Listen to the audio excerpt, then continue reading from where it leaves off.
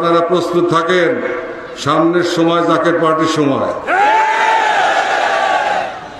Zaker party ছাড়া উপায় নাই, উপায় নাই বলে জাকের পার্টিকে আপনারা তৈরি করে দিয়ে গেছেন এবং আমাদেরকে তৈরিতে আরোহণ করাইছেন।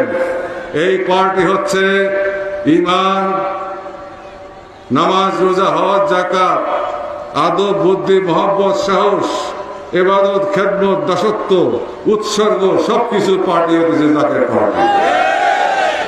তা না হলে আমাদের যে জনশক্তি, আমরা যদি লোভী হইতাম, আমরা যদি শুধু ক্ষমতা চাইতাম, বহু আগে আমরা ক্ষমতা টান দিয়ে নিয়ে যেতে পারতাম। কিন্তু কি করতে হইতো আমাদের? এখন যে চলমান রাজনৈতিক চর্চা, যে চর্চায় মানুষের মাথায় বাড়ি দেওয়া হয়, মানুষের উপর গুলি করা হয়, মানুষের উপর বোমা মারা হয়, মানুষ হত্যা করা হয়, যে রাজনৈতিক চর্চা এখন চলছে, এই চর্চা তো শয়তানের চর্চা।